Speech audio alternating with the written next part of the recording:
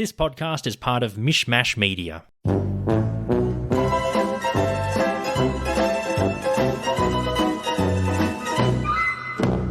Hey, buddy. Hey, how's it going? Excellent. Welcome to another episode of Curbcast. My name is Ivan. I'm Stephen. And we are talking about today, Season 6, Episode 2 of Curb Your Enthusiasm, Scene by Scene, The Anonymous Donor. And this is the first time we are watching these episodes, so this is all new and fresh and exciting for us. Then this is the debut of Leon Black, a fan favorite on the show, played by JB Smoove. We see him for the first time, and when I saw him in that first scene, I liked him straight away. I can see why he's popular in our community. Yeah, totally. I've been told to, like Ivan said at the top of the episode, we're watching these episodes for the first time.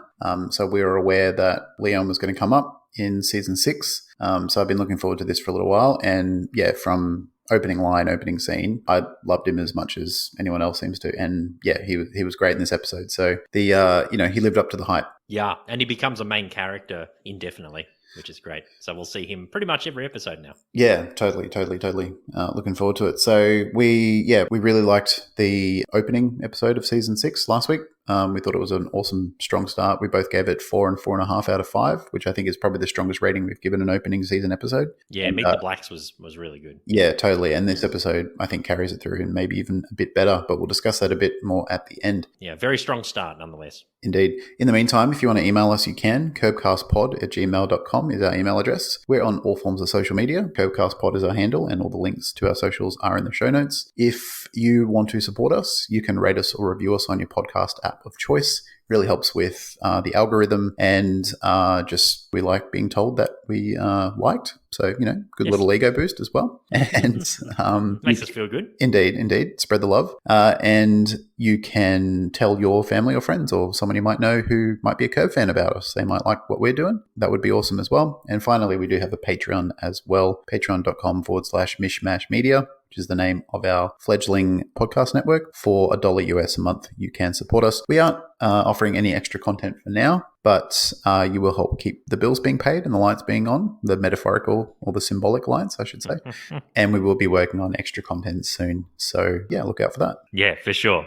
Plenty to do to support the channel in any way you want. That's right. Anyway, let's get into it, man. Season 6, Episode 2, The Anonymous Donor, aired on HBO for the first time on September 16, 2007. Larry decides to be nice for a change and actually donate money to a worthy cause. But when Ted Danson is revealed to be an anonymous donor for one of the hospital wings, Larry goes ballistic. He then accuses a dry cleaner of giving his jersey to someone else and goes off in search of it. Meanwhile, Larry, Jeff, and the Black family get their reputations stained. And like I said, this is the debut of Leon Black, a fan favorite of Curb, played by the wonderful JB Smoove. And we basically see him from here until season 11. And the future season 12 that's coming out, that's been revealed last week. Yeah, no, it's awesome when they introduce a character that becomes a mainstay. It's nice seeing it from the start as well. And I can, again, like I said, I can understand why people love him. We love him already, and it's only been one episode, so we have no idea what's coming up. But yeah, knowing that he's in the rest of Curb from here on out is, more awesome to an already awesome show. So yeah. Yeah, what an incredible casting too. Like he just has the right amount of, I don't know, he just seems very, we've only seen him in one episode, but he seems really upbeat, and it's funny how he gets himself into situations like Larry, but things work out for Leon. Whereas for Larry, if Larry tried getting his jersey, it wouldn't work out. Yeah, I mean, Larry doesn't really, Larry's got a lot of nerve. He'll go up to people and say things, or he'll just say things without thinking about them. But he doesn't have a lot to back it up. When people push back or people don't receive it so well, he doesn't have a spine. So I feel like Leon, he's more confident. He's a bigger dude too. He's a bit younger, and he's just got that swag that makes people, less inclined to sort of push back or, not do what he says or whatever. And he's not he does technically mug two people of their jerseys. We don't know what he says, but it's not like a violent confrontation. It's just more, hey man, give me that jersey or I'll, and they're like, and he's from LA too. So he's very street smart as well. Yeah. He knows how to hustle. Yeah, no, he knows how to, that's exactly right. He's a hustler. He's got the swag. He's just very cool under pressure, knows how to handle himself, knows when to sort of escalate a bit, but he's just a cool character. Yeah, he's very cool, and I can see why he's well liked. And I- Leon and Larry end up becoming friends. I think eventually, from what I read, Leon becomes a permanent housemate of Larry's once Cheryl leaves. So, Oh, okay, yep. so we see him a lot in the episodes, basically nearly every episode from here on out. I feel like JB Smoove, his last name is very fitting for Leon because he's very smooth. Yeah. Leon Smoove Black. Leon Smooth Black, yes. And Larry Awkward Jew, in reference to Larry's theory about his yeah from last episode. Yeah, Larry Awkward Jew and Larry Awkward Jew and right. Leon Smooth Black. I think they're the names that we should go with from now on. Yeah, they sound really good. They sound very fitting. Anyway, some highlights before we get into the episode about Anonymous Donor. Yeah, like we said, this is the debut of Leon Black. Larry gets his Joe Pepitone jersey, number 25, misplaced from the dry cleaner, and someone else gets it. And then, Leon goes with him, and they find two people with the same jersey. And, well, I guess you could say Leon kind of passively mugs them for the jerseys. Yeah, it's sort of like passive mugging is probably the best way to put it. Yeah, it is. He's like, he technically robs them, but there's no violence or there's no standover tactics. It's just, he's obviously just very convincing. You know, he's just got that ability. Obviously, what you've said are highlights for me as well. Ted Danson, I always love Ted. He's in this episode. And I do love the kind of the dick swinging competition the pissing competition between Ted and Larry in this episode, you know, over the level of anonymity in their respective donations. You know, there's just a bit of tension, and obviously Ted flirting with Cheryl. Yes, and using the hand slaps, the gentle hand slap. Yeah, that sort of amplifies the tension between them. Yeah, I always love their sort of push and pull between them. They're kind of friends, but they're not quite as frenemy-ish as Larry and Richard or even Marty. But, you know, there's always that unspoken tension between them, which I always enjoy. That it's subtle, but it's fun. They certainly have a history in the Curb universe, especially with Larry's former fixation of his wife Mary. And I think a highlight we have failed to mention, but I think is worthwhile, is your name on so we record remotely. We're in different cities, and we both choose a little username when we record on the service that we record on. We can choose like little usernames, and yours is Jeff's Stain, and I think that's a pretty funny storyline in this episode as well. It is. It's a literal stain on the friendship between the Greens and the Davids. It gets to the point where Cheryl wants to ban Jeff for relieving himself in the guest room, in Larry and Cheryl's guest room, and not cleaning out all the stain from the blanket, and Larry has to go get it dry cleaned. And in case you don't know what we're talking about, it's a stain that you would see under a black light if you went to a seedy hotel. Yes, that's also, right. In case you don't know what we're talking about semen, cum stains. Yes. Well, I'm sure the audience is quite intelligent enough to figure that out. Well, I assume that most people listening to this have also watched the episode, so they probably are like, "Yeah, guys, we know. Get on with it." Yeah, get on with it. Yeah, get the fuck on with it. But yeah, I thought that's a fun little storyline, and I do like. I feel like this is the most sort of, what's the word? The most locked down we see Jeff from Susie. Like, I think we commented last episode that she definitely wears the pants in that relationship. Jeff is, he talks big when she's not around, but when she's around, he kind of, he cowers. He's weak. He's weak. He's definitely under her thumb. And I think this is you see that the most in this episode so far, where she's like, she literally says what Jeff can and can't do, where he can masturbate, and bans Larry from the house just to prevent, like, she's just in full control in this episode, and I really liked it. Yeah, I really liked it too. Yeah. She's definitely like, Jeff becomes a shell of himself when he's around her, for sure. He can't be his true self. He can only be his true self when he's around Larry. Yeah, I feel like the more crazy shit that Jeff and Larry get up to, the further she tightens the screws. She just, as they do more dumb shit, she just locks it down more and more and more. Mm-hmm. Poor Jeff. Well, he is, but he kind of puts her on himself. So I was going to say, he is, leaving his tadpoles everywhere. So he's committing adultery, according to Susie. Yeah, that's a bit too far. But that is to jerk off and not clean up after yourself in someone else's house is pretty gross. That is very gross. Yeah. Absolutely disgusting. Anyway, that's enough about jacking off in this episode. We'll talk about that scene and Jeff's revelation when that time comes. Anyway, here we go. Scene 1 of The Anonymous Donor. Larry, Cheryl, Jeff, and the Black family are unloading furniture into their new home because last week their house was gutted by fire. And it's like a running joke of Curb so far, from what we've seen anyway, that every season the Davids move into a new house. Yeah, it's I don't know, it's interesting. I guess it creates new scenarios in every house. Like, it just keeps it fresh. Yeah, it keeps it fresh. And it's actually like the first time they've moved into a house because they actually can't inhabit the house. Yeah. I think that the other house was getting renovated and they had to move into their rental last season. Yeah. But this one, it's actually like irreparable damage. They have to like move out. Yeah, totally. I mean, it would be a demolished job, I guess. Yeah, probably. They were gutted by fire. I guess as well, like, because a lot of it's filmed at home as well. When you've got a new house with new problems, you know, like, what's the word? Not domestic problems, but like around structural issues, maintenance issues. Around the house problems. You know, I'm just thinking of The Wire in, I think, season 3 or 4. That's season 1. I think it was season 1. In season 1. Yeah. Okay. Yeah. Yeah. Whenever it was, you know, just if you stay in the same house for too long, those become less believable that, you know, that this long-term house that you've lived in would have these ongoing issues. So I think moving around just, you know, it gives an opportunity to just, well, this house has these issues and then the next house has these issues. It, you know, it's kind of smart. Yeah. And it just kind of, you're right, just kind of like freshens it up a little bit. Yeah. Yeah. Cheryl speaks to Ted on the phone and walks upstairs. Loretta comments that the house isn't as nice as the last one that they were in. As they walk off, Larry is speaking to Jeff in the hallway, and he says that Ted and Cheryl have little chats together and they flirt with each other in person, even going as far as doing like, you know, kind of like light slaps on each other's shoulders, you know, like as in it's flirting. Someone is knocking at the door. Larry asks Jeff if he's going to the NDRC opening tomorrow, as he's getting a wing named after him. And Jeff says he'll be there. A man is at the door and he asks for Loretta as the kids go to hug him. And Loretta goes to hug him as well. She says that this is her brother Leon. And Auntie Ray, of course, comes in as well. And they're all happy to see Leon. Loretta says that it is her brother. And Loretta invites him to stay with them to Larry's surprise. And Leon says he'll go get his bags. Larry asks Loretta if Leon was affected by the hurricane. And Loretta says, no, he lives in LA.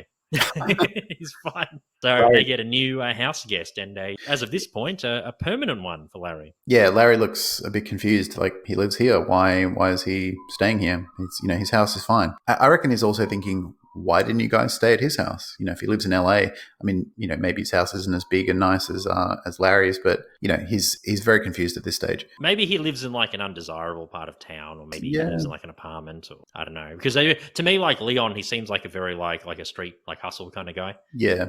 Maybe he's grown up like in certain areas, and he doesn't want his family going there in case there's any problems, or who knows. But yeah, no, Leon, or maybe Leon's down on his luck. Yeah. Well, we don't know the full history of him yet. I'm sure we'll learn more about him as we go along. No. I'm not saying that he has no right to just rock up he has no right to stay there. But, you know, Larry doesn't understand why. You know, he's just, based on the limited information he has so far, he's just very confused as to why he's here and why he's staying. I did like how Leon, you know, when Larry answered the door and Leon's like, I'm looking for Larry David. And Larry's like, yeah, it's me. And he doesn't introduce himself. He doesn't like come in and shake his hand and explain why he's there or who he is. He just immediately calls out for his sister. Loretta. Loretta. He's just like, oh, you're Larry David? Hey, Loretta. Like, he just completely ignores Larry after that. And I kind of love that cockiness. It's like, it's a tiny bit rude, you know, like to just barge in and go, oh, yep, cool, I'm at the right place, and just do what you want. And then, by the way, I'm staying at your house. You know, it's not very tactful, I guess, but I do love just how cocky he is, and just that swag of just doing what I want, get out of my way. Yeah, lovely. Yeah. And eventually Larry and Leon become friends later in the episode. Yeah, it's all, you know, it's like there's no tension, but just that initial, like, you know what I mean? He just does what he wants, doesn't care. It's you know, it's all good. Loves it. It's all good. The next morning, everyone is eating breakfast except for Cheryl, as Leon is having a lively conversation with his family. Loretta sits down to eat. Cheryl wants to talk to Larry for a bit. Larry comments on the unhealthy breakfast that they always eat. They're eating bacon, sausages, toast, eggs, you know, like everything's fried. And Larry, he seems to be eating like a bowl of cereal or something. He's got like a small bowl, and everyone else has like a large plate of, oh God, everything fried. It looked delicious though. Oh, it looks amazing. I'd happily eat that breakfast every day, but I'd probably be as big as a house if I did. Yeah, or I'd probably be dead at 45. I'd probably have a heart attack or a stroke or something if I ate that every day. Totally. I love the energy between them as well. Like, you know, at breakfast time, you know, if my partner and I sit together and eat, or even if we go out for breakfast, we're usually pretty, like, you know, it's not like, it's not downbeat, but it's, you know, it's not as lively as these guys are. They're just, no, I love it. I love it. They're all lively and they're so happy. Yeah, they're just so jovial, and they're just happy to spend time together, and they're just like, they just seem so comfortable with each other, and it's all, it's just really fun. Like Yeah, I just love the energy. It's all love. Like, it's just all love, and that's it. And I love it. And I think that kind of represents the difference, like in dynamics between the families, because the Davids are very rich, very privileged, and they've got so much money they can afford to live. But then, like, they kind of worry about petty shit. Yeah. So it's kind of like their lives are so comfortable that they kind of almost have to find ways to kind of stir trouble or to kind of make their lives a bit more exciting.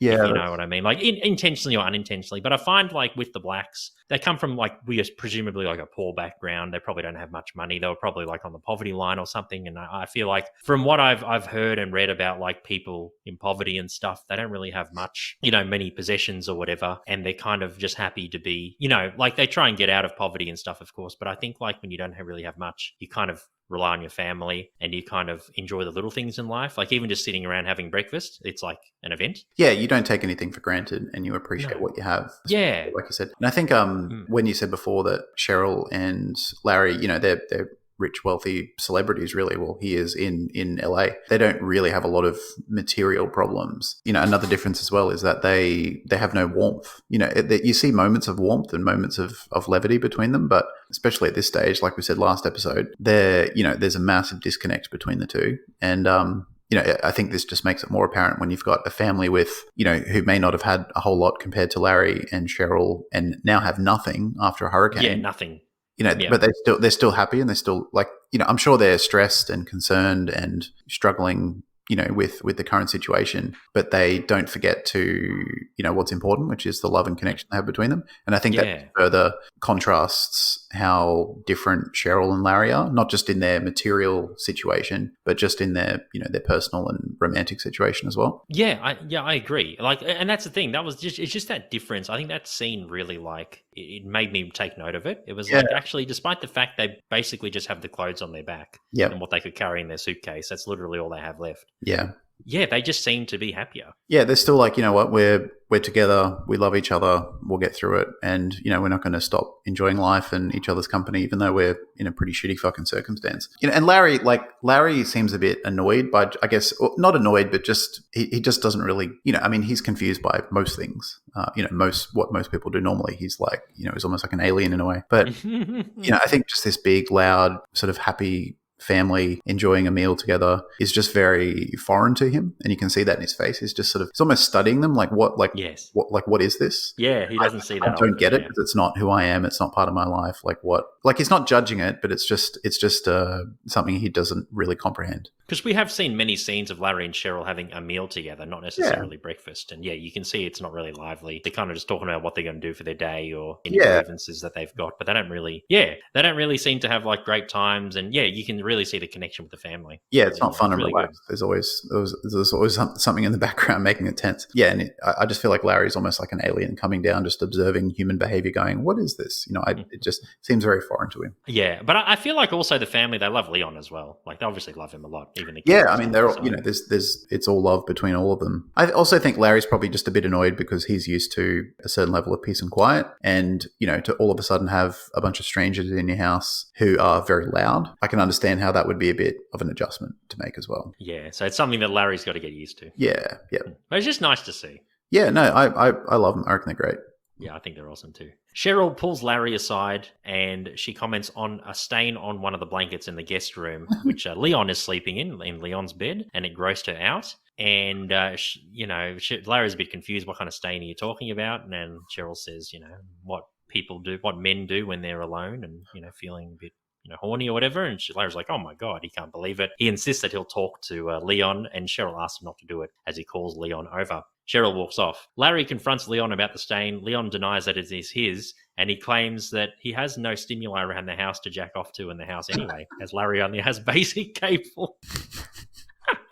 And Larry hypothesizes, Leon's like, I'm not going to jack off to, like, I think this particular TV character. She's probably, I'm guessing, like an old woman or something. He's like, I'm not jacking off to Aunt B. Yeah. I don't know what show Aunt B. I don't know those characters or shows. Yeah. But it was just like, I can imagine it's like an older lady, and Gillian's like, I'm not jacking off to, like, some grandma. Yeah. It's like, it's fucked.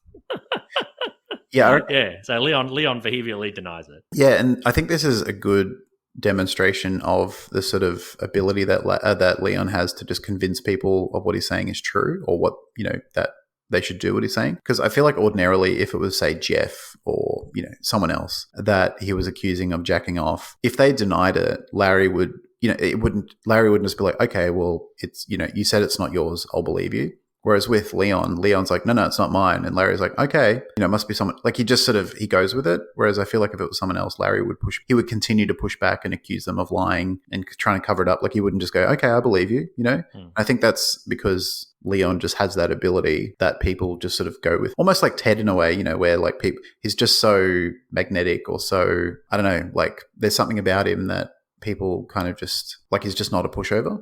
No. No. And he's just so convincing that Larry's just like, okay, yeah. Whereas if it was Jeff or Richard or someone else, I don't think he would just agree with them so quickly. No.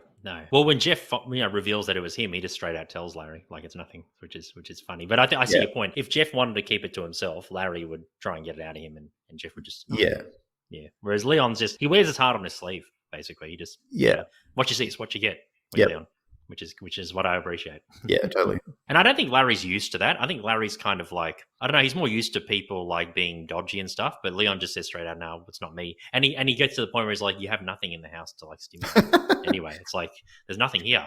Like, what am I going to jack off to? It's just says it directly. If I was trying to justify why it wasn't me, that wouldn't be the first thing. But it's kind of a good point. It's like, there's no stimulating material around here. Like, what am I going to jack off to? And their basic cable. Yeah, it's an odd way to convince someone that you're not the offending masturbator. But it's a good point. It's just not the first thing I'd choose. No, if only you had an iPad and an internet connection, huh? Yeah. Who knows what he'd have no excuses at that point. Yeah, it'd be like, no, it was you. Go to the Hub website and you'll be fine, man. Larry is at the dry cleaner as Anna inspects the blanket, and Anna is a recurring character. She's the Yusidi Jew dry cleaner that Larry almost slept with in season 4 with his 10th anniversary pass, if it weren't for an earthquake. So we do see that Anna is still very apprehensive towards Larry. Like, she hasn't really been as friendly to him as she used to be in the past. She's inspecting the blanket, and Larry asks why does she need to inspect it. Anna spots the stain and begins laughing, and Larry denies that it's his cum. So obviously Anna's probably seen so many of these kind of cum stains on everything, so she knows what it looks like straight off the bat.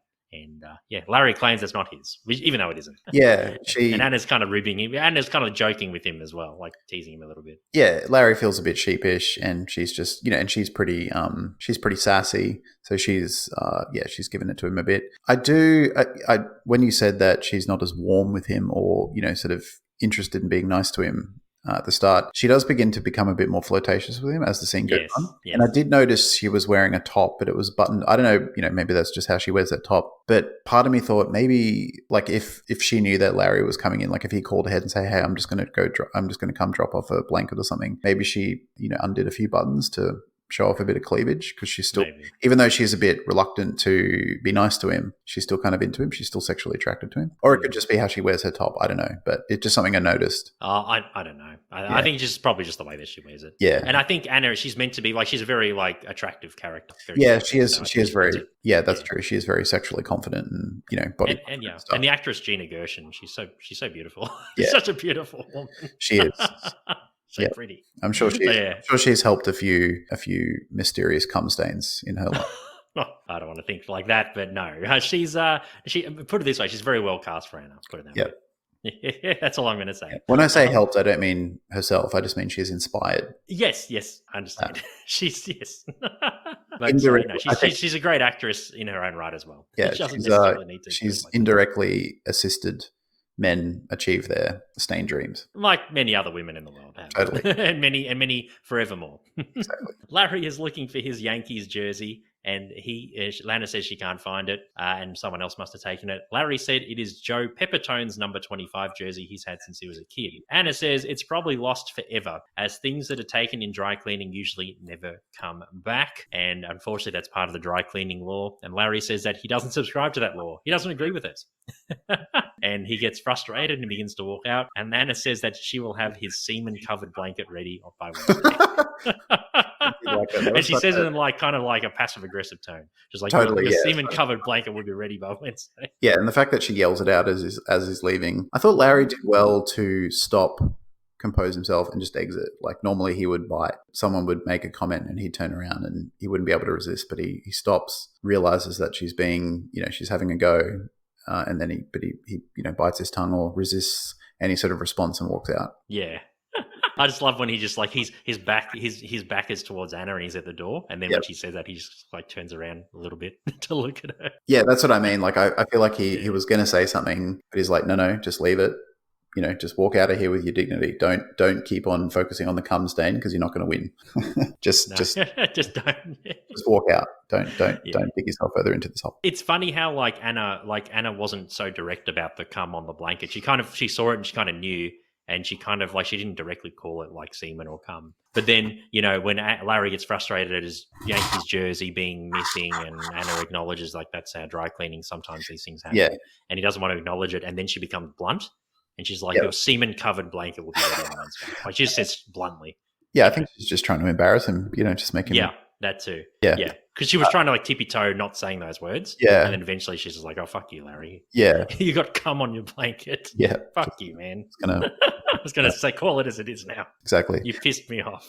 I thought it was interesting as well because normally Larry's the one with the weird rule or the weird system or, the weird idea about how life should be or how something in life should be. And no one else sort of gets it. He's the one that has a worldview that no one else really understands or agrees with. But in this case, everyone, as we see in this episode, is perfectly okay with the dry cleaning system. But Larry's the one at odds. It's usually the opposite where I could imagine a scenario where Larry comes up with the idea of, well, that's just the dry cleaning system. That's just how it is. You win, you get some clothes, you win lose some, you lose some. And everyone else going, no, that's not right. People shouldn't steal clothes. But it was interesting how Larry was at odds with the system that he didn't understand, whereas normally yes, I know that was a very different take, which I appreciated. Yeah. Larry, Ted, and Jeff are lining up at the opening as Larry explains the Leon cum situation. Straight out of the bat, Jeff admits that it was actually him who came on the blanket, and this upsets Larry and surprises Ted. Jeff explains that he was drunk at their house during Passover, and he had an erection, and he went into a room to relieve himself, and Larry can't believe it. And Larry's like, you did that on Passover? And Jeff's like, I wouldn't do that on Yom Kippur, something more serious than that. But yeah, Passover's fine. Yeah. Ted can't believe it. Ted's you can see Ted, I think the actual real life Ted Danson was laughing. He probably didn't expect it. It just seemed like you could see he wasn't acting that laughing. It was him smiling and stuff. I don't know. I think Ted almost kind of broke character. I like that. Yeah. It was a good little scene. And Jeff's just so blasé about admitting it. He's like, oh no, that was me. I came on your blanket. Sorry. Yeah. And he says, you guys, you and Ted can come over and whack off in my house. It's fine. It's fine. He's just so casual about something that most people would be a bit grossed out by. It's just like, yeah, whatever. It's all good. That's all good. Yeah, I'd be disgusted if someone did that in my house. I wouldn't look at them the same anymore. And I'm just typing and looking up now because I made a mental note to check it, but I forgot before now. When Jeff's explaining why he jacked off, he's like, I was I think it's it was a party. I had a little Manischewitz, which is it's Jewish wine. Yes. It's a kosher grape wine. Mm-hmm. Yeah. Right. Oh, that's what that is. Okay. It's the name. I figured it was something it's the name of Jewish, but I didn't. Yeah, it's the brand name of a kosher wine. Oh, okay. There you go. Yeah. Awesome. So he had a few too many, and he felt randy for some reason. Yeah, he felt good. Felt a bit felt a bit antsy in the pantsy, and decided to relieve himself. Yeah, he's like, I just had an erection. I took care of it, and came back. And I like how he kind of framed it as he was being considerate because he's like, I didn't want to come back to the table with an erection, so I thought I thought I'd jerk off in the other room so that I wouldn't come back with a boner. He thought I was doing the right thing. I was sparing everyone looking at my fucking boner, but really. He was just an excuse. He looked at having masturbating like he was going to pee. It was just something he had to do. It's like but done is done. I had to take a piss. I had to have a wank. I guess that's why he was something he had to do. Yeah, totally. Yeah, and I guess that's why he's so casual about it. But I just like how he added I did it so that I saved everyone wanting to look at my boner or everyone having to look at my boner. I was being thoughtful, and it's like no, you weren't being thoughtful. You were being gross. It's very disgusting. Yeah. Jeff says that he left his sunglasses at Larry's house. Cheryl walks up and says hello to Jeff, and her and Ted are flirting as they're about to walk in. So they're doing the playful slapping and talking and stuff. And then Larry, Cheryl and Larry embrace arms, and Larry's like, oh, hello, nice to see you. And Cheryl's like, yep. So Cheryl didn't even acknowledge Larry when she walked up to them. Just Ted. So that's a bit of an indicator that something could happen later on, I'd imagine. Yeah. He was in the room. I mean, who else could it be? You gotta kick him out. Yeah. Hands down. First night in the house. Hey, I did it. Come on, no big deal. You did it. Yeah, I did it. Yep, me. You serious? Yeah, what's the big deal? What's the big deal? It was a Passover at your house. I was drinking a little bit, had some Manischewitz, feeling good, and I was away from the table. I got an erection. I took care of it before I came back. I didn't want to come back to the table with an erection at Passover. Larry and Cheryl are inside the center, and Larry questions her about the playful hitting she does with Ted, and Cheryl says it's unconscious. It's like something she doesn't think about. They spot his name on the wing, and Larry's impressed. It says something like donation made by Larry David. He spots another sign on the other side of the wing where it was donated by someone called Anonymous. And Cheryl claims that it was Ted who was anonymous, as Ted told her who it was. Larry gets worked up about Cheryl knowing this, and he says that he could have been anonymous too if he knew he could do it. And he goes on a rant saying, people think I'm doing this for publicity, or it's fake philanthropy. Yeah, I'm just doing it to kind of show off and stuff. But he could have just done it as anonymous if he could have. So he gets pretty wound up here. Yeah, he's very unhappy. Very unhappy. Larry goes to talk with Senator Barbara Boxer as Larry inquires about what is going on at the dry cleaners regarding misplaced items. Barbara explains, like you said, it's more like, the norm. She explains that this happens sometimes at dry cleaners and it balances out with losses and then gains if you lose an item. So you might lose a particular item, but then you gain an item. She says, you see these slacks that I'm wearing right now?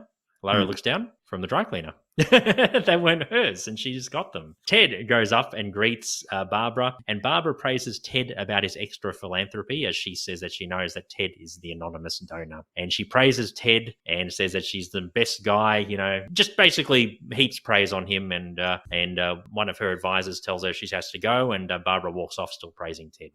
So basically, I don't know, what's your take on it? Like, if you donated something under your name, would you think if a celebrity endorsed something under their name, would you think that maybe they're doing it for publicity, or maybe they've had an incident happen and they have a bit of a bad rep and they're kind of doing it to PR? What would you think? Yeah, I'm pretty cynical when it comes to and my partner works in music and entertainment, so she's not working for Hollywood celebrities, but it's all kind of the same at all levels. So, and I've always been pretty cynical about, the motivations of celebrities when it comes to, things they attach their name to or things that they do. And it doesn't take away from, the charitable donation or, the time that they spend volunteering for a thing or just even promoting a charity, getting the word out. It's all the actual work that they do is still good, or the money that they donate is still good. But there's always an element of, because they have to think about, they're in the public eye, how will this affect my branding? How will this affect my image? There'd always be, I don't think any celebrity, I don't want to be absolutist about it, but I would be surprised if any celebrity has just impulsively or suddenly made, a massive charitable donation or promoted a charity without first consulting their manager and their agent and their PR company and having strategy meetings about it, saying, well, you've got this film coming up. How will it reflect about this? And again, it's still good that it happens, but it's part of a strategy. So, it doesn't take away from the act itself.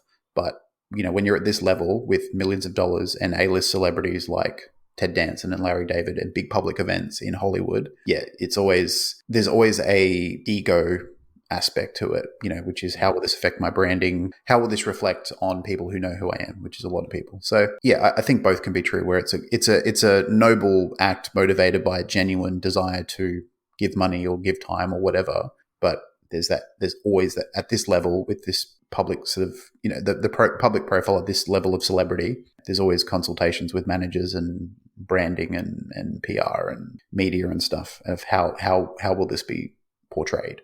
That's very true. One thing that I thought about as you were mentioning that as well, I feel like at this period, this episode came out in 2007, so presumably filmed in 2006. I think by this point, Ted Danson did Cheers in the 80s and 90s. He did Becca in the late 90s. He did several movies in the 80s and 90s as well. And he was a household name in that period, right? I feel like maybe around this time, Ted Danson probably, at this stage, probably wasn't doing too much. like since in recent memories he's done like The Good Place, and he's been like other shows and other specials and that sort of thing, this decade. But I feel like in this period of time, Ted Danson didn't really have any big projects on, or he didn't really need to I don't know, I felt like he was kind of like out of the limelight in this period of time.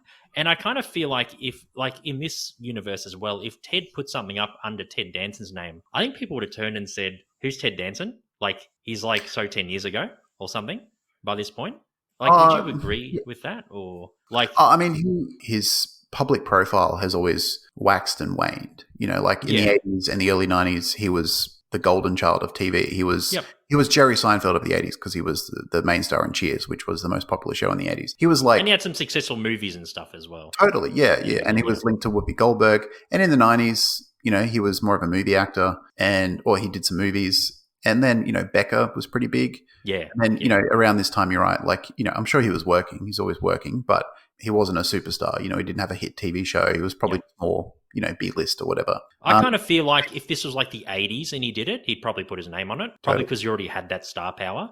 And it's like, fuck yeah, Ted Danson, the dude from Cheers. Yeah, that's awesome. Yeah, I think it would have been good PR. But I think if he did it like while he had like an ebb in his career by this point, I feel like it probably would have been like, oh, what's that has been doing? Yeah. Putting his name up there. I'm just looking at his filmography and TVography. He didn't have anything significant around 2006 and 7, did he? No. So Becca ended in 2004. There you go. And then from 2004 until this time, 2007, he just did a bunch of like single or 2 episode appearances in various TV shows. I know none of them. Our Father's Heist, Damages, no idea. So you see what I mean? Like at that stage, he wasn't like prime time stuff. No, but he wasn't in any films between 2004 and 2007. I guess his the real life Ted Danson, the biggest thing he was doing around this time was actually Curb. Yeah, like in real life. Ironic, he was doing Curb. Yeah, that's right. It feels like maybe he was just taking a break. He didn't do any movies for 3 years. He just did 1 episode appearances in TV shows for 3 or 4 years. Yep. After Cheers and after Becca, that's 15, 20 years of like hit TV. I understand why someone's like, you know what, I'm just going to, just step back for a little while. Yeah. And if I'm ever going to do any donations in this period of time, I'm just going to do it anonymously because people will think, what's this has been trying to do? Is he making a comeback or something? Yeah. And look, people will speculate. And speaking of, what I said before about like, managers and PR companies and book and agents and stuff having strategy meetings about long-term plans. Yep. Overexposure is a really important thing as well. A lot of people say, you know what, you've been like, I wouldn't be surprised after, Seinfeld always says when Seinfeld wrapped up, he's kind of like, well, I've reached the top of the mountain. I'm just going to chill and do whatever, whenever from now on. I guarantee part of his thinking or part of his team's thinking or strategy was like, you know what, you've been at the top of the TV game for nearly a decade, so that you don't overexpose yourself and people don't lose interest. You need to step back for a while. You need to go away for a few years and then maybe come back. So, that could have been it as well. Like, it could have been like that lull in Ted's career where he wasn't doing anything. It could be very deliberate. I would assume that it's very deliberate where, I've had 15, 20 years of hit TV, Cheers, and then Becca, sort of 3 or 4 years after. I'm going to step back because I want some time off. And also it will help people not get sick of me, Yep. So it's all about PR. That's a very good point. Yeah. And I think that's a very smart move by his like PR team and stuff. Yeah. Exactly. Even he would have had PR, even in the Curb universe. He would have had it too. Yeah. Exactly. Would have right. been a smart move. Yeah, totally. And, you might have wanted to just chill out for a while and just do something charitable, just be a bit more low key. I would understand if you spend 15, 20 years in the limelight, I understand why you'd be like, you know what, I just want to kind of be semi-anonymous or less prominent for now, just to, feel a bit more normal. Yeah, feel a bit more normal and don't feel like that, like I'm a washed up. Like even though by this point he wasn't washed up, but no, I don't think to be like a washed up guy who suddenly puts his name on something. Well, yeah, I mean that's what I'm talking about with overexposure. Yeah. You do that. You're like, well, I've kind of burned bright for a long time, so that I don't become washed up because people get sick of me and they're like, well, fuck this guy. You step back so that people kind of forget about you for a while, and then you come back, and it's you're maintaining that long term. It's a slow, steady ride as opposed to like peak and crash. Or peak, and then everyone's like, I'm sick of you, go away, I never want to see you again.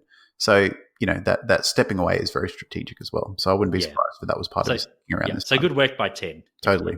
Whereas others, I feel like because Larry puts his name on there, Larry, had signed, like even in the Curb universe and in real life, he had Seinfeld.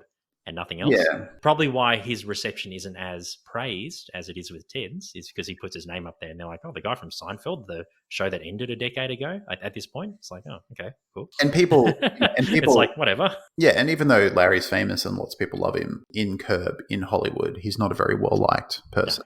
People No, in the Curb universe, no. I'm talking about the Curb universe, yeah. Yeah, people respect his work, but they don't like him as a person. So people would be less willing to praise someone that's not very well respected or liked in the industry, as opposed to Ted, who, like I said, just seems to be loved by everyone and respected by everyone because he just seems like such a cool dude. Yeah, even Even Cheryl. though it's anonymous, I think that's why there's different receptions as well, just based on who they are. For sure. And anyway, to end the scene, Barbara makes her opening speech. She praises Larry, and he has a bit of a mild applause. And then she says that Anonymous also donated, and it's a rapturous applause. And Ted and Larry continue to rib each other during the speech. The Davids are driving home, and Larry points out to Cheryl that no one thanked him for the donation, not one person. And Cheryl, again, like we mentioned last week on in Meet the Blacks, that you made a good point about Cheryl and Larry, where there was another scene where they were in the car, and Cheryl was talking about one subject and Larry was talking about another subject, but there was no communication. We see this again. Cheryl doesn't even acknowledge what Larry said. And she tells Larry that Jeff was the masturbator, and Ted told her about it, and Larry is disgusted. So again, it's another communication problem here. Yeah, having two different conversations.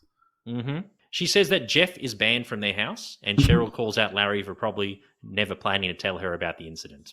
Larry arrives at Jeff's house the next day and tells him about the ban after finding out about the stain. Jeff realizes that Ted Danson would have told Cheryl about it. Jeff is stunned at this. Susie walks in and hears what happened as Larry begins to explain the story. And probably my favorite parts of the episode, like we talked about before, Steve. The scene cuts to Susie blasting Jeff for what he did. He claims that it's adultery for spilling his semen outside of the house. Took his semen outside of the house. Maybe at a hotel. Maybe at a hotel. In the home, it's fine. In the hotel, it may be a hotel. Yes. Yeah. And then Larry says that Cheryl banned Jeff from going to their house. And Susie says, who the fuck does she think she is to ban my husband? She should be the one punishing Jeff. So we see that Susie has full control over Jeff. And we see, Jeff kind of like, he wants to dig himself into a hole and stay there, or hope that the floor opens up from under him and he falls in whenever Susie's blasting him. Yeah, this is Jeff at his most emasculated by Susie for sure. Up to this point, yes. Yeah, definitely. And look, telling him where he can come is totally fair that she goes off at him for blowing his load in their friend's house and leaving a stain. Like that's a totally, that deserves more than just a dressing down from your wife. But telling him where he can ejaculate, like that's a level of control over him and his desires and just his natural urges that we haven't seen so far. And he doesn't really push back. He just cops it. Like there's no, hang on, you can't tell me what to do. There's nothing back for him. So he's well under her thumb. Oh yeah, definitely. Yeah, you can see he's completely emasculated at this point. Yeah. Yeah. She bans Larry from the house because Jeff is banned from their house. And Larry... I love how she turns on Cheryl as well for having the nerve to tell Jeff what he can and can't do. Like even though Cheryl's the aggrieved party because she had to find a cum stain of Jeff's, Susie's like, hang on, Cheryl can't tell.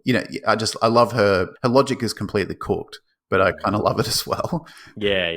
She's just like, you don't tell my husband what to do. Yeah, I'm the one who, even though she has a right to ban him from her house, she's like, hang on, you can't do that. I'm banning her from my house. Like, it doesn't make any sense, but I kind of love it. Yeah, it's great. And Larry yells at her, and then Susie and Larry yell back at each other as Larry walks out the door. Kaisha and Daryl are running down the stairs as Larry is dressed up as a ghost, chasing them. Aunt Ray has groceries and drops them at the front door, and she attacks Larry thinking that he was a KKK member. Ray is relieved as Larry lifts his blanket up and she sees that it's him. She gets up off of Larry, and as Larry's about to get up, he spots Jeff's sunglasses out under the couch. And Ray, she thought that a Ku Klux Klan member was chasing the kids. I love that. She can move when she needs to. Oh, when she sees someone in a hood. Oof, in a white hood, she's all over it.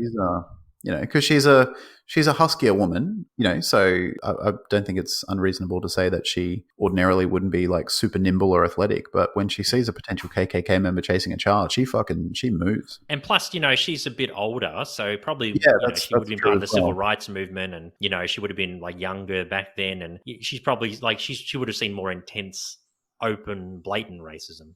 Totally, yeah. Especially, I mean, do they say where the hurricane happened? Is it Hurricane Edna? No, I think that but- was New Orleans again. Oh, okay, yeah. I think it was a real one. I'll just Google it. Hurricane Edna, east coast of. I think it was Massachusetts. I think it's Massachusetts. Oh, no, wow, wait. okay. No, it was the United States East Coast, apparently. Okay. Yeah. I mean, they don't really say where they're from, but I imagine, if it's like the East Coast, it can be the Carolinas or even Florida. Yeah, Carolina, Virginia, we've got here as well. New Jersey, Yeah, where pretty much that area, Massachusetts. Yeah, it ripped through all that. Yeah, part, a lot of I mean, if they're from the Carolinas or whatever, they were massive. There was a lot of KKK activity back in the 60s and 70s, so that lines up. Yeah, and that's why Ray is probably more sensitive to seeing people in like white hoods, Totally. white sheets over them. Brings back those unfortunate memories. Yeah, it's almost it doesn't seem like it's almost like an instinctive thing for her. Just see a white hood, tackle. Because you make a good point. Like she moves when she really wants to. Yeah, she doesn't fuck around. And it's it's her niece as well. It's not like Niece and nephew, yeah, both of them. niece and nephew, yeah. So like, yeah. But I am glad that when it's revealed to be Larry, how she's a bit like she's obviously still a tiny bit worked up, and Larry's what the hell's going on, but they kind of laugh it off. It doesn't cause any ongoing tension. Yeah, it's good that Larry's getting along with the other members. Accuse him of being a racist. Yeah, it's good that he's getting along with the kids and stuff too. Yeah, he's playing. He's having fun with them, and they're having fun too. It's good. Yeah, it's nice. And then he gets along with Ray. Yeah. It's just Loretta he still has a bit of trouble with. Yeah. He calls out to Leon and he asks if he wants to ride with him to Jeff's to drop back his sunglasses.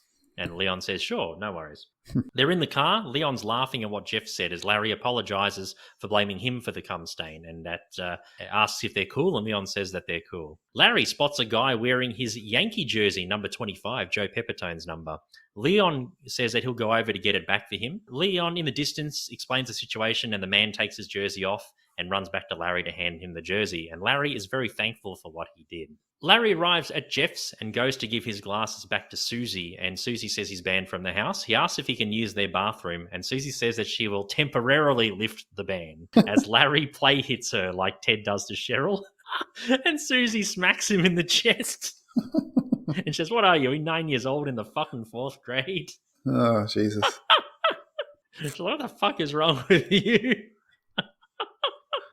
I love how Larry just like purposely cheeky slapped her, and then Susie just punched him in the chest, right in the sternum. Yeah, Larry's so dumb. How do you think she's going to respond? Yeah, I know. Just smacks him one. I think it's the first time we've ever really seen her physical towards Larry too. Yeah, I'm pretty sure. I can't remember anything. Yeah. That's hilarious. But she temporarily lifts the ban so he can take a piss. So she has a sliver of sympathy for him too. Yeah. Larry and Leon are back in the car as he spots another guy wearing the exact same jersey. They realize the jersey they have is one size too big. So Larry has a size, he was supposed to have a size 42 jersey, but the one they've got is a size 44 jersey. So obviously not his. Leon goes to get the other jersey off the other guy who hands it to him, and he walks off on the side, and Larry can't believe that Leon was able to do this twice. The man recognizes Larry and goes up to him. And he reminds Larry, his name is Merle Berger. He reminds Larry that he was at the opening the other night. And Larry remembers Merle. Merle asks if he sent Leon to go get the jersey off him, as Larry says that it's his and he had it misplaced, and Leon ran by himself to go get it. Merle reminds him of the law of the dry cleaner as they argue. So Larry's the only one who doesn't understand this. You lose something and you win something back. Unspoken law of dry cleaning. And they begin to have a bit of an argument. Larry says he spoke to Senator Barbara Boxer, and he lies about her going to Washington to take care of this problem. Merle threatens to take Larry's name off the wall and make it anonymous, as he is on the board of directors in the organization. And he says that he'll do it, and Larry's goads him to do it. And Merle says next Monday his name will be changed to anonymous as he walks off, and Leon goes back to the car. Yeah, so this is Larry's undoing. So Larry kind of in a way wants to go back to anonymous, but it comes back to bite him in the end. Yeah, he was happy to be anonymized on the wall, but not like this.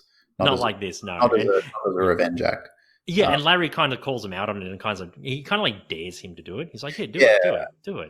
I think he Go thinks for it. he's all talk. Yeah, I found it interesting how Leon kind of like walked off to the side, and then when Merle walked off, Leon came back. Hmm. That was a bit weird. Do you think he went to go get something to eat or grab some food or something? I don't know. Just like he wasn't there, and then as soon as Merle walks off, like I don't know, it was just a bit unrealistic. Yeah. Like you think Leon may have like hung out near them or something? I don't know. Yeah, no, I know what you mean. I didn't notice it when I watched it, but now that you bring it up, it's weird. I can't explain that. Yeah, I don't know. It was just kind of unrealistic. Like you think Leon would have run back to the car or something? Yeah. I don't know. It was nothing like too noticeable, but it was just a bit weird. Yeah. Sammy is screaming as she finds something on her teddy bear.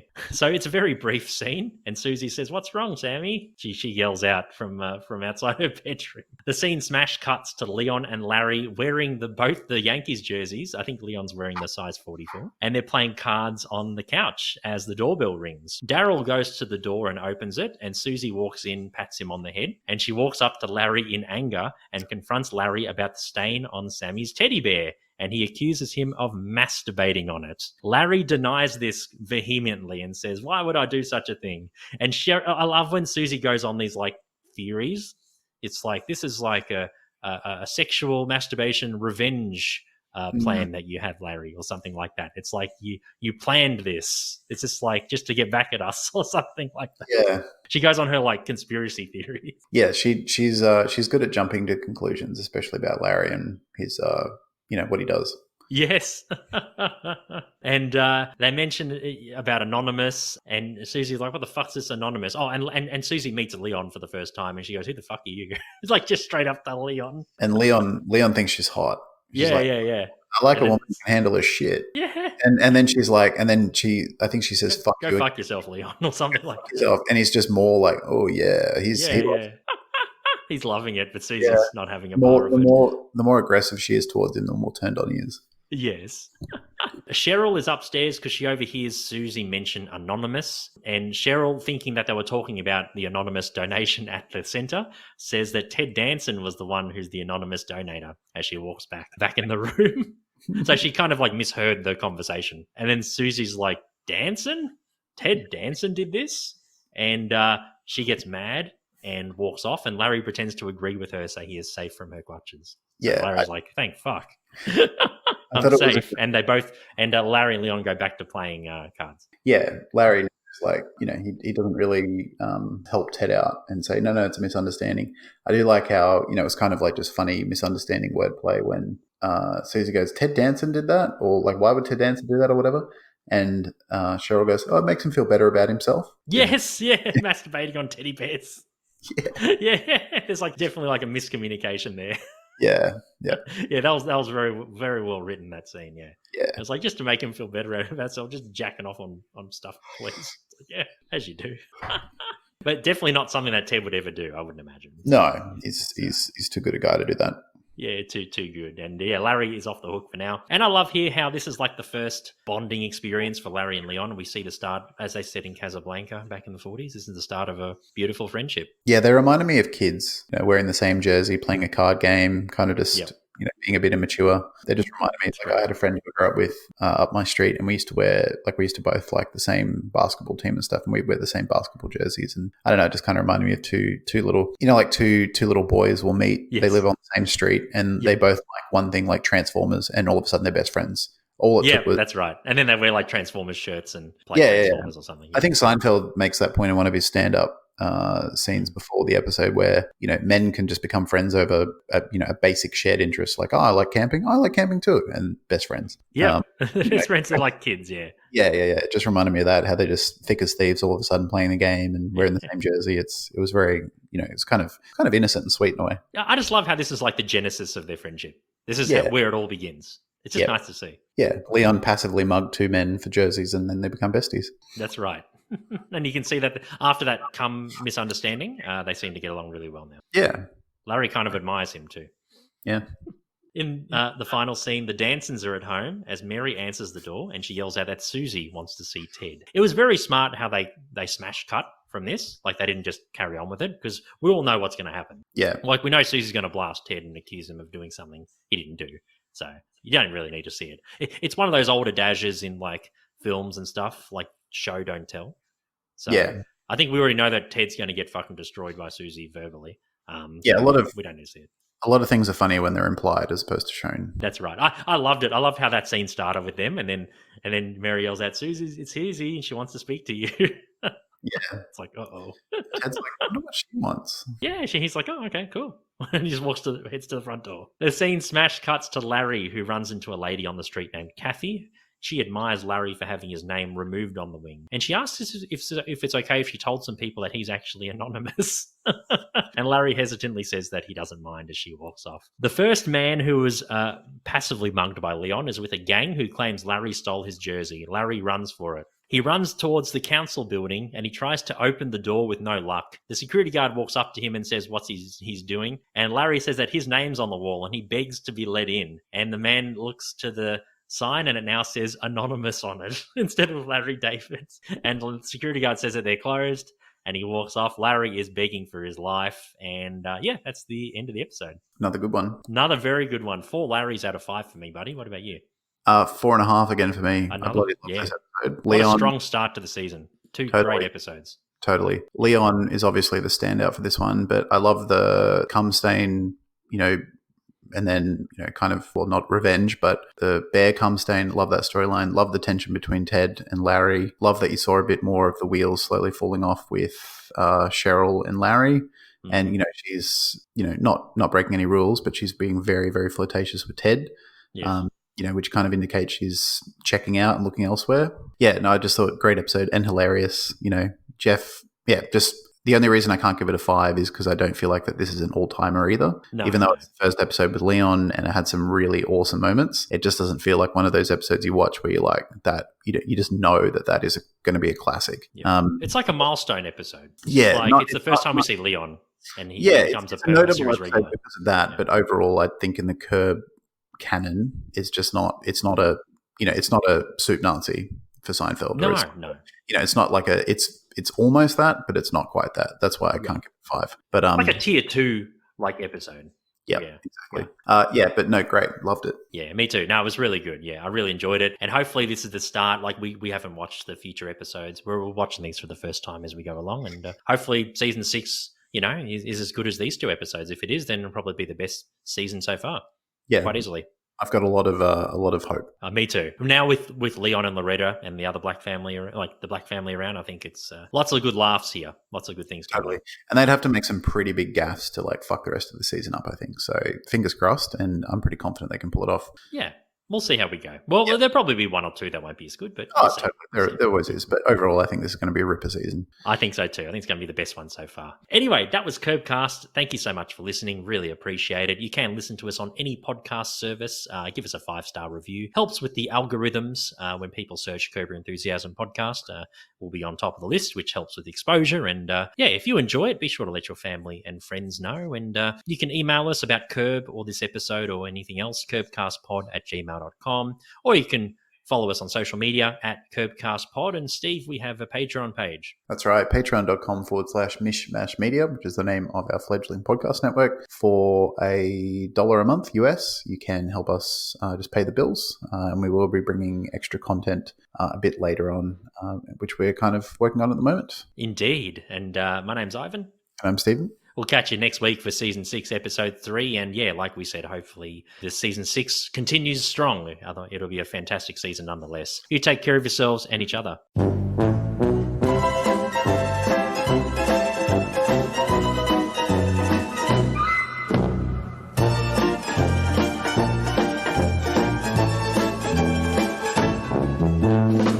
Thanks for listening. This podcast is part of Mishmash Media, an independent podcast network. Follow us on social media at Mishmash Media AU or support us on Patreon. All those links are in the show notes.